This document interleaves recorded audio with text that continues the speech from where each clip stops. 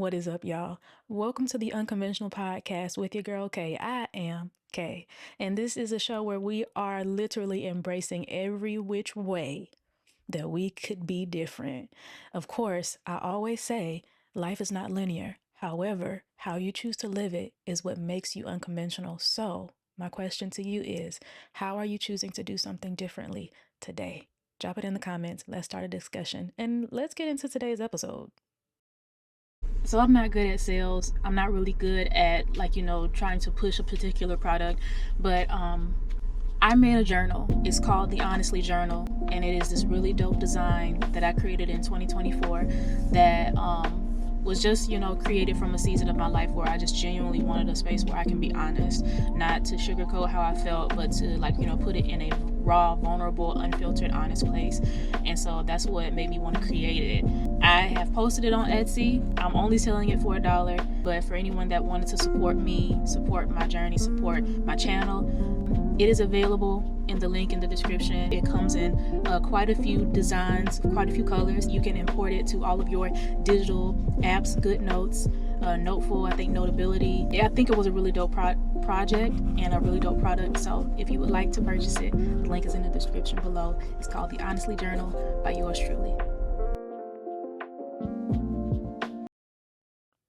9 times out of 10, the title has probably already given it away. But I want to open this space up for Holy Ghost to do whatever it is that He want to do. And also, ain't these earrings cute? Y'all, I ain't wear these earrings in a minute. I ain't gonna hold you. But they, you know what I'm saying? Mixed with the makeup, it's a little, what y'all be saying? It's a little tea.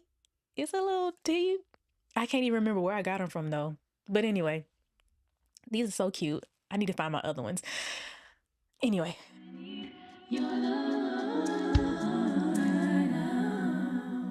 Now that I'm done deflecting, the title of today's episode is Marriage Still for Me? And I tried recording this once before just out of sheer transparency, but it didn't sit well with me. And if something don't sit well with me, child, I am learning to, honey, stop, drop, and roll before I catch on fire. So this is my attempt to kind of refocus the conversation.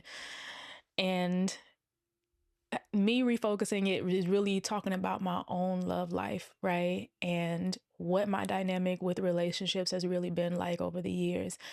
And where else to start than from the beginning? So I was in a serious relationship. Hold on. Actually, as a matter of fact, let's go all the way back to high school. High school is really when I started dating, even when I wasn't supposed to. But I didn't really understand what real love was, or at least the fictional idea of it, until I got to college. Of course, I met this guy. He was the spitting image of my dream man and all the things that I thought I wanted in a man, all those amazing things. And I was just so honored that he would want me as much as I wanted him. And there was so much chaos in between that it definitely tarnished my idea of what I thought love should have been. And it challenged every way that I figured I was supposed to show up in a relationship. And I never really understood how to choose me. And that's no one else's fault but my own. So inevitably, that relationship ended before I graduated. And I spent the last 10 years of my single life figuring out who I am. But in that first year of singleness, I feel like the Lord really had to show me what real love. I'm searching for real love. Like, He really had to open my eyes to what real love was, not what I thought it should have been. And you can only find that in the Bible. You can only find it in the Word of God. And that's where He, introduced me to 1 Corinthians 13. Honey, love is patient. Love is kind. It's not boastful. It's not envious. It's not filled with pride. It's not easily angered. It doesn't, hold your wrongs against you. It endures through all things. It has faith through all things. Like, love is just perfect. It's so perfect. It's pure. It's kind. Love, it's so good. The real love. I'm searching for real love. Um, and after being introduced to that precept, after being introduced to it, I was like, oh my goodness, I've been missing out on something so good, trying to chase what I thought it should have, been. And from that awareness, that's where I started to finally live from a place of love. And so for those of y'all who aren't subscribed to my channel, I am starting a whole series. It's called Doing Life with Love, because that has always been my, like, my thing. And just to put a pin, I say that because I feel like ever since I had that revelation and I have been doing my best to live life full of love, I have seen how it has changed so many people's lives around me. And I have seen where it has changed me, how me embracing pure love from pure individuals, how it has changed my heart, like, how it has softened me up, you know? And I don't even know what the encouragement could be for anybody that's listening. And I'm not going to try to solicit, however, man, leading with love has really changed my life. It will always change my life. And I hope that, as often as I get to meet new people, that it will change their lives too. And that they will experience, like, it's enriching nature. So, with that being said, like, the next maybe 5-6 years of singleness was really all about me adventuring, going out, not like in the clubs. I wasn't in the streets, but I was going out, like traveling. I was getting to know different cultures, different sounds, different people, different communities. And through those interactions, I understood more about me and also what I deserved as a person, not even just as, like, a potential spouse, what I deserved as a human being. Not to say that I was ever disrespected or abused growing up, but it's something that only being exposed to different environments, you start to see, like, you start to realize some things. For sure, I started to understand my self-worth. And for those of y'all who did not catch the last week's episode, which was, I survived isolation and so will you, that's really where the Lord started to share with me my identity. And when you know your identity, you start to gain a whole nother level of awareness regarding your worth and how much value you have, not just how much value you add, how much value you have. And that's the place that I've been marinating in for the last maybe year and some change. And it has been a lot easier for me to say no to certain things. It has been a lot easier for me to not just accept anything simply because it has been made available to me. And that has been a hard thing all in its own right, because I used to live for the thrill of being chosen. Now I'm the one that's choosing. And I don't know, and I think I've reached a point where I don't care if this is the only egg that seems to be in my basket. I will throw it out if it's not what I want. And I will live in complete contentment knowing that I made the right decision for me, knowing that I listened to my gut, aka the Holy Ghost. I spent so much time denying my own intuition, denying my own, like, needs, the things that I know that my body was telling me was not good for me, but because I didn't want to disappoint others, or because I didn't want to give up that sense of, I guess, feeling needed, the sense of validation, I guess. I lived from that, thinking that it was right, until I realized that, nah, your body will tell you.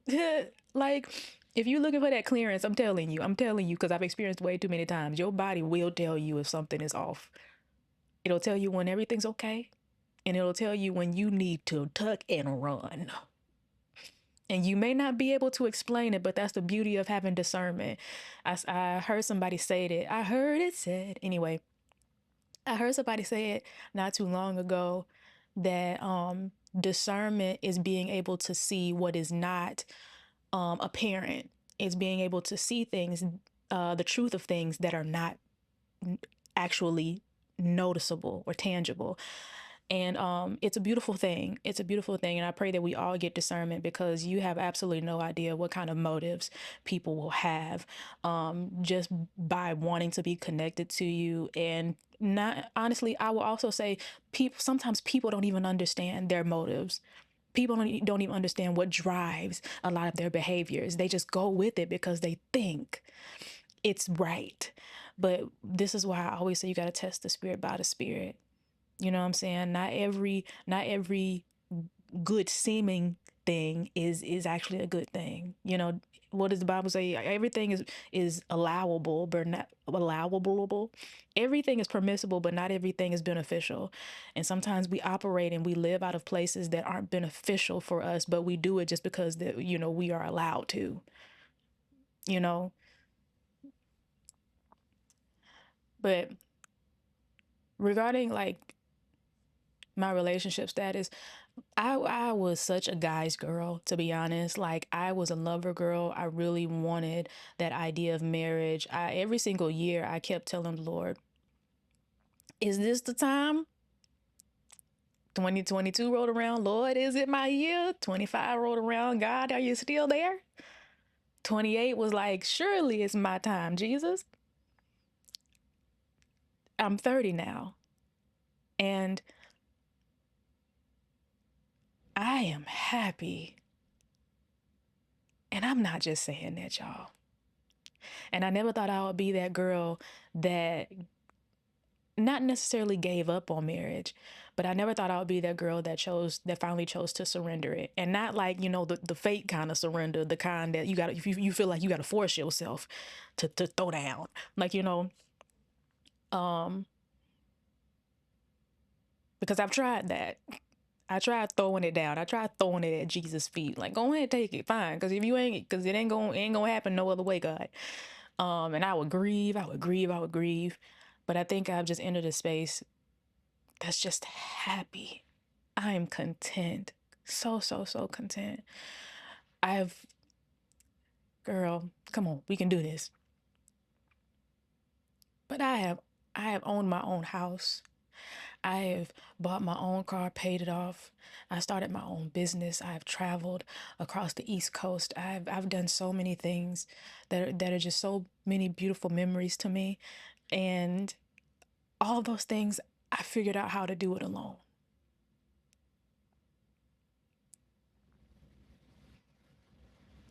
I was just talking to someone the other day about how they were, so grateful to have a spouse to take care of certain things, or honestly, just to, be there, to have someone to be there for you, right? And it's not to say I didn't have anyone there to be there for me. No, there was always there. There was always someone there for me. But when it comes to having like my person, I figured it out. I figured it out, and I hold no resentment for that. If anything, I felt a sense of pride, and not the bad kind. I felt a sense of like just good pride of what I've been able to accomplish words as a single woman. And I've heard with my interactions with people, I've heard them say how admirable my testimony really is when I would share my stories with them, because for me, it just felt like another day with the Lord.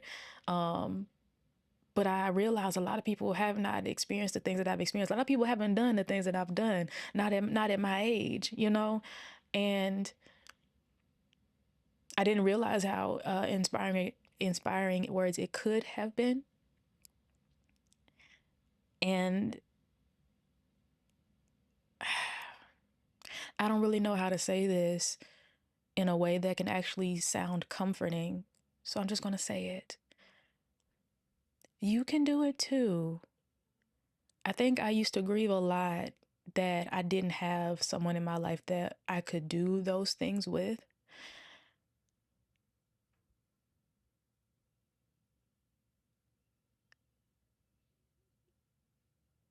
And for every person that, like, is in their season of singleness, who is, yet awaiting to come out of their season of singleness,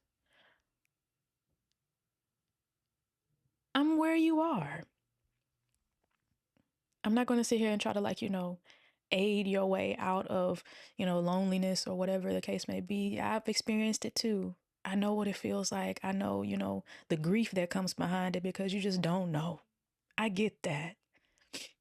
But my prayer for you is that you will find such a space of fulfillment, not just contentment, fulfillment, that it pulls on places in you that were once dormant.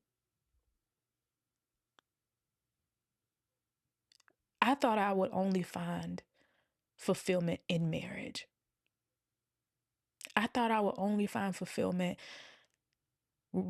bearing my babies and raising them up in the Lord. But I have found a special place. I have found a very, very special place in this season of my life where I get to create something that I'm very proud of. And even if that does not result in marriage, even if, like, the sum of my life does not result in me bearing children and them being the fruit of my life's story, this channel is becoming a very, very special fruit to me. And when I look at a lot of the videos that I posted, even in this short month, I am so very proud of who I am. I'm not embarrassed by me. I'm not embarrassed by any part of the things that I share. And I'm just happy that I don't feel like I have to hide every aspect of myself in order to be seen. And that is real love to me. And so, if marriage is for me,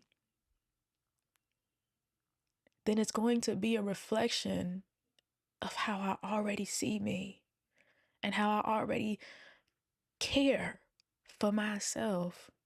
And once again, I could not stand when the saints will be like, love will find you when you learn how to love yourself. They were right. They hit the nail on the head. But it's hard to do that. As a person who was trying to figure it out, it's hard to do that when you don't know who you are. How can you love someone you don't know? So in isolation, God showed me who I was. And since he endorsed it, I was like, well, honey, shoot, I can't take this back and I ain't gonna try. And my prayer for you is really anyone who is listening, anyone who's watching, is that you reach that place. That you reach your own little space in the corner of your world where you are absolutely proud of who you are and what you're becoming. Honey? Now, technically, I was supposed to talk about how I fasted from men, which is a thing. Like to hear it go. As I was being a lover girl, right? And I wanted all of the, frills of relationship, marriage goals, all the things. While I was living in Jersey, I was, I think I said 28, 29, where I was like so ecstatic. I was like, surely, God, you done brought me to a place. You done brought me all the way up here on the East Coast for such a time as this. Oh, sorry. And I think that was the time where I was like, Lord, I know my husband is around here somewhere. God, this gotta be it. And I'll never forget, it was around August, and some friends of mine were getting married, and I was so excited for their wedding. And I remember a few days before that, I want to say maybe even a week before it, I heard the Lord say or suggest that I go on a fast. And it wasn't, it was out of the ordinary. And for me, I just be like, okay, so if it's out of the ordinary, then surely that may mean something. So let me go ahead and not be hard headed. And so I was like, okay, what you want me to fast from? And I just knew it was gonna be, meat or some type of food or whatever. And what hit me upside of my frontal lobe was abstain from interacting with the opposite sex. And I was like, huh? Like, what is that? Okay. And then pride started to set in, and I was like, I mean, how hard could that be? You mean tell me you just want me to stop talking to men? Okay. Okay. Y'all, it wasn't even 20 minutes before I started having a whole panic attack. And as much as I want to intellectualize it, right? I know for me, thinking about it right now, because I'm a compartmentalizer, and also I'm a very introverted extrovert. So when I go into social places, my mind is already set. Like my mind already has its presets when it comes to interacting with people. And so now it was like I had to retrain my mind to not engage, you know? And it's not even necessarily that I would always be the one that, facilitated. It's not even that I would be the one to always facilitate conversations. Sometimes it would just be people that walked up to me and wanted to, spark up conversation. And I think the anxiety came from being a recovering people pleaser, not wanting to, be rude or, so the social part of things, I started to get real, real anxious. I was like, well, how you do? Should I just not go? I just shouldn't go outside, God. And what blew my mind was that, of course, really anywhere that I ever went was church. That's where I was the most social. But what blew my mind is that when I went to church was over with, right in between services. Um, and guys would, like, interact, or they would, come up to give me a hug or whatever the case may be. And because my mind was geared towards, I can't talk to him like that. Um, of course I wasn't like rude or I didn't ignore them. I was just like, you know, it was touch and go. It was touch and go. I prayed for wisdom. I had to pray for wisdom because I didn't want to be rude. I didn't want to be a bad representation, but I knew that, interacting would be a bad idea. So I was just like, do it with me, y'all. You gotta wave and go off in the other direction. Now, and I don't know. I don't know how to describe it other than it felt so empowering. And not because, I was trying to be powerful. I think it was because it was something I didn't know that I could do. And I don't mean to make it like, so deep and philosophical or whatever the case may be, but it just, like I said, being someone who was a people pleaser and who cared so much about, being needed by others, allowing myself to one, submit to, the agreement that I made with God by not doing whatever it is I feel like people would like about me.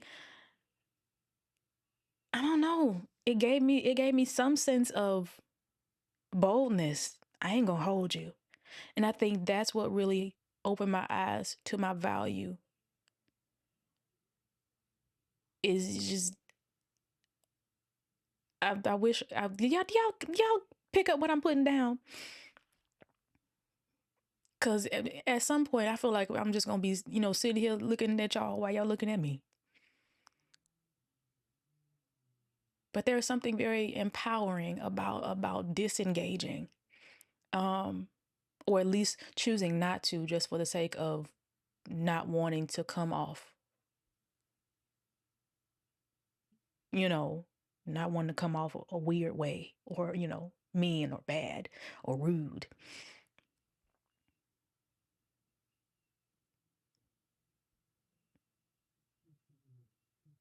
I was no longer fishing for their validation. I was no longer looking for their social cues or body language that told me that I was being a good person or doing a good job as a Christian. In that very moment, I felt like I was being myself while obeying God. And that was a very, very powerful place to sit in. Because at that moment, I realized I'm a daughter of the Most High. And he said, I ain't got to talk to you. He said, I ain't got to talk to you.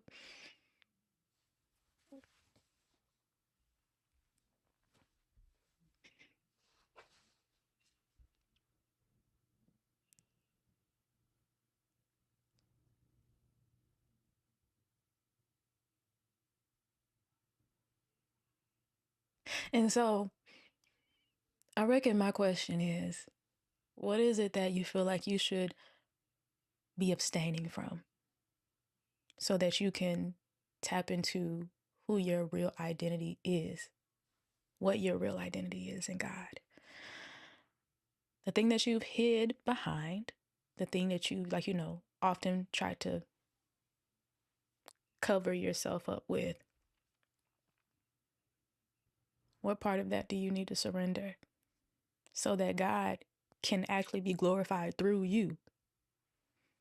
Not who I was pretending to be. I feel like I should wrap up, but I don't know. I feel like there's something else up in there, locked up in the chamber. But if not, I mean, we can close. But that was good to me. I ain't gonna hold you. It's such an empowering feeling to know that God said a thing, and the fact that it could offend people, but also, they don't stand a chance against God. You feel yourself a little bit when you know who endorses you and the decisions that you make.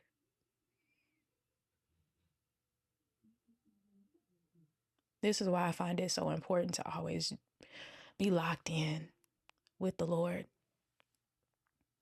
and to not just to do things because, just because. Because when God doesn't endorse things, that means he's not liable to back it up. If something goes awry, he's not liable to fix that if we break it, you know. But it's his grace that catches us when we fall. But he ain't gotta do nothing. But I'm so grateful for the mercy of God. And I pray that the mercy of God finds you in whatever time and season that you are in. All right. All right. I'm gonna go ahead and mosey on. But honey, I love y'all. This was a high time. I really hope y'all enjoy the podcast in this episode. And do what you want to do. Like, comment, share, subscribe. But I'm gonna keep talking. And I'm gonna keep sharing my stories to whoever wants to hear it. And I'll catch y'all later.